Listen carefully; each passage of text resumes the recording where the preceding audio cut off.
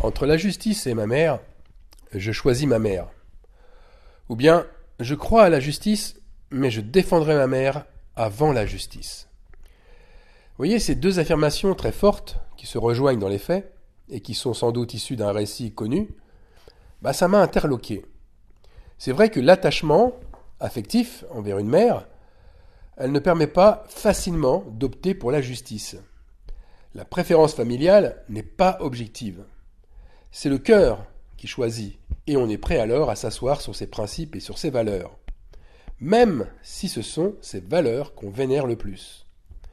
On préfère alors être injuste si c'est pour faciliter la vie de sa propre mère ou pour lui éviter un désagrément.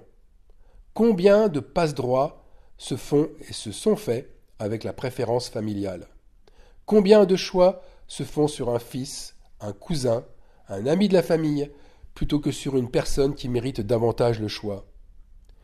Et la question que l'on attend de moi, et les églises échappent-elles à la préférence familiale?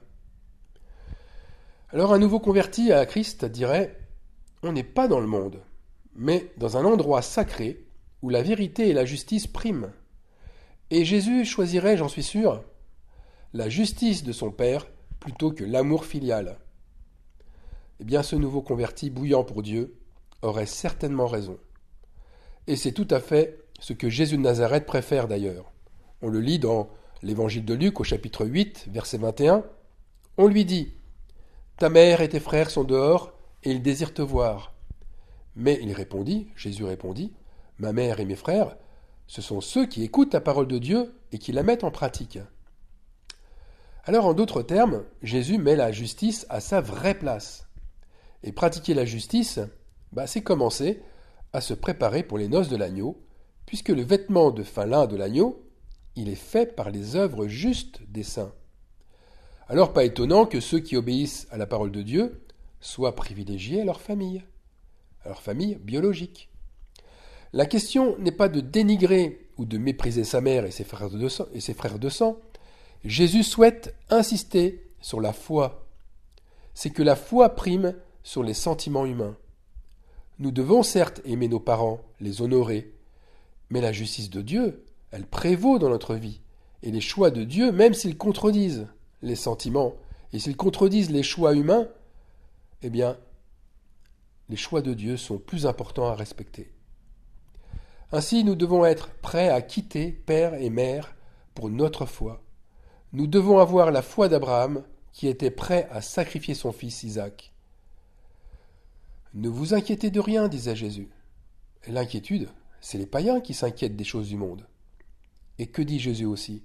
Cherchez premièrement le royaume et la justice de Dieu.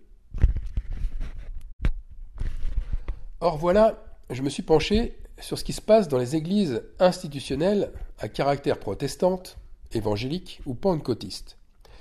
Et j'ai été très étonné de constater le nombre impressionnant de familles qui dirigent les églises. Et chose étonnante, l'institution laisse faire. Aussi, chaque assemblée, locale et autonome, elle peut établir ses propres règles internes. La préférence familiale peut alors s'exercer librement. Il y a juste un encouragement à la prudence pour éviter la concentration du pouvoir et préserver l'équilibre spirituel. C'est pas grand-chose. Pourtant, malgré ces recommandations, on observe assez souvent des dynasties pastorales. Le fondateur est pasteur principal, son épouse est prophétesse ou pasteur associé, ou elle est la responsable des femmes. Un de leurs fils ou une de leurs filles est responsable de la louange ou pasteur adjoint, etc., etc. La dynastie pastorale est chose courante dans les églises pentecôtistes, mais un peu partout dans le monde, africaines, mais pas seulement, dans les assemblées néo-évangéliques américaines, comme dans certaines méga-églises charismatiques francophones, que l'on trouve en Afrique, aux Antilles et bien sûr en France. C'est un phénomène mondial. On assiste alors à ce qu'on appelle un véritable népotisme. Le népotisme, ce n'est pas une doctrine de l'Évangile. Le népotisme, c'est un délit comme l'adultère l'est aux yeux de Dieu. C'est une lettre de divorce avec Dieu. Pourquoi? Parce que c'est un abus de pouvoir, que l'on pratique en faveur de sa famille ou de ses amis proches, en les privilégiant au détriment des autres qui mériteraient davantage à être aidés ou favorisés. Alors, foi ou clan familial? On pose la question. On ne sait plus. En France, dans des petites assemblées non affiliées aux grandes fédérations, il n'est pas rare de voir le pasteur et son épouse tout diriger. J'ai bien dit tout diriger. Les cultes, les finances, la gestion, les décisions. Mais la dérive despotique et tyrannique, elle est évidente. Fini la transparence financière, fini la collégialité spirituelle, fini l'amour du prochain. Le gourou devient la figure unique de l'assemblée. Alors, ce plan, c'est un plan de séduction, et il est très bien amené, parce que, dans bien des cas, il existe des instances de décision autres que familiales. Et la collégialité, elle semble exister. J'ai bien dit, elle semble. Mais en fin de compte, le mal existe encore plus. La réalité est masquée, puisqu'à la fin, c'est toujours le clan familial qui décide à qui on attribue les dons, à qui on attribue les salaires ou les responsabilités. Donc la collégialité, elle n'est qu'un vernis. D'ailleurs, les décisions sont facilitées par le fait que les membres auront tendance à être infantilisés par la famille pasteur, qui est perçue comme une autorité parentale. Alors, sans voir le mal partout, même si les membres d'une famille sont tous de bons et de loyaux chrétiens, convertis, baptisés, mais qu'ils aient investi les postes clés de l'Église, c'est pas très rassurant sur le pluralisme de la foi. Au départ, le témoignage de fidélité sera sans doute impressionnant, puisque le sentiment d'une famille unie, cohérente, dans la foi et le service aux autres, ça interpellera n'importe qui, même des gens de l'extérieur. Mais déjà, dans la famille pastorale, il y aura des risques accrus de jalousie, de division entre frères et sœurs d'une même fratrie au sujet des postes à responsabilité, ou parce que certains n'éprouvent pas ou n'éprouvent plus le désir de prendre la succession d'Église. Et le risque de perdre le contrôle de l'Église, ça sera un sujet d'actualité. Alors le contrôle de l'Assemblée, c'est une très bonne chose. Oui, c'est une très bonne chose, mais à condition que ce contrôle ne soit pas concentré entre quelques mains et entre des personnes qui peuvent avoir des intérêts subjectifs, comme les membres d'une même famille. La chair qui a des désirs contraires à ceux de l'esprit, cette chair aura les mains libres pour exercer un favoritisme qui deviendra forcément de plus en plus important. Voilà comment très vite l'impiété entre dans une assemblée, parce que face à l'injustice, certains sont poussés à haïr leurs frères de foi, tandis que d'autres sont incités à être des oppresseurs. L'amour, certes, ne soupçonne pas le mal, selon ce que nous dit la première épître de Corinthiens au chapitre 13. Mais il est écrit aussi, dans le même chapitre, « Il ne fait rien de malhonnête, l'amour. Il ne cherche point son propre intérêt. » Alors la sagesse voudrait que les postes à responsabilité de l'Église soient répartis selon les compétences bien diverses qui ne répondent plus à des critères familiaux, mais qui répondent au ministère que Dieu donne lui-même à l'Église, selon son bon vouloir.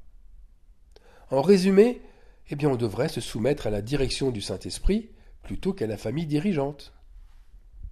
Maintenant, je vais parler d'une autre chose qui est très très importante, c'est l'esprit royaliste. Nous ne sommes plus sous un héritage royal, où le fils aîné du roi prenait la succession du royaume. Il devait le faire pour que son héritage spirituel, ou l'héritage spirituel de son père, continue à vivre de génération en génération.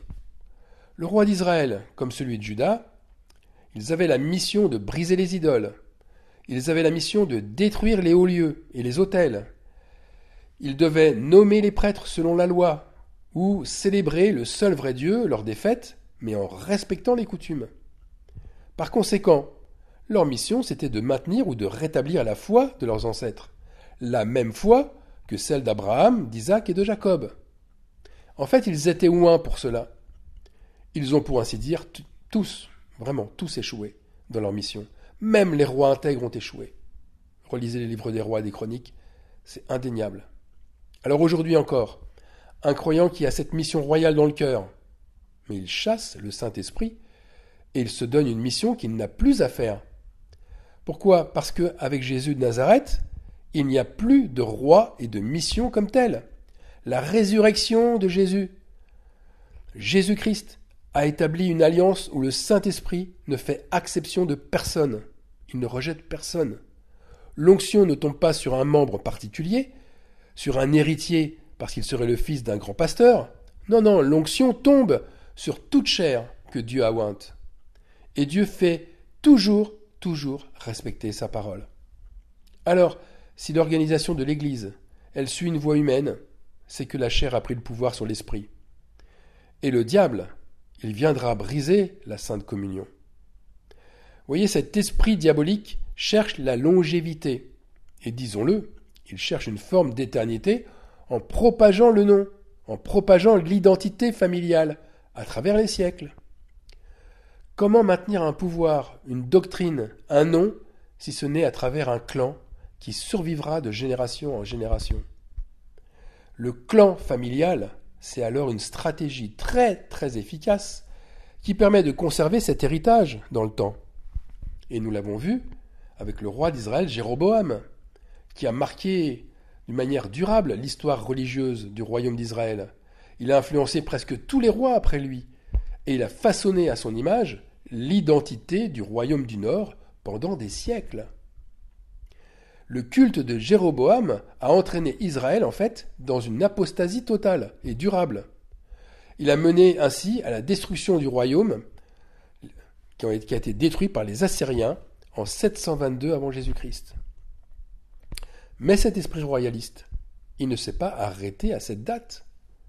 Au temps de Jésus de Nazareth, la littérature juive, et là je vise surtout une certaine littérature, le Talmud de Babylone, eh bien, le Talmud fait référence au grand prêtre du temple Caïphe, entre parenthèses, qui était détesté secrètement pour son népotisme. Et le Talmud dit la chose suivante: ils sont grands prêtres, leurs fils trésoriers, leurs gendres surveillants du temple, et leurs serviteurs battent le peuple à coups de bâton. Alors pas étonnant que Jésus est venu renverser les tables et qu'il est venu chasser les marchands du temple qui étaient à la solde de Caïphe. Concrètement, qu'est-ce qui se passe quand toute une assemblée est dirigée par un couple de croyants ? Eh bien, l'esprit de Jézabel revient au galop. Petit retour en arrière dans l'histoire avec le livre des rois ou celui des chroniques. Le roi d'Israël Akab avait épousé la princesse phénicienne Jézabel. Personne, absolument personne ne pouvait arrêter les décisions diaboliques de cette reine qui était acariâtre et cruelle. Elle voulait tout, absolument tout pour elle et pour son mari. Elle poussa son mari à s'accaparer illégalement et par le crime de la vigne de Naboth qui était près de leur palais et dont le roi rêvait d'acquérir.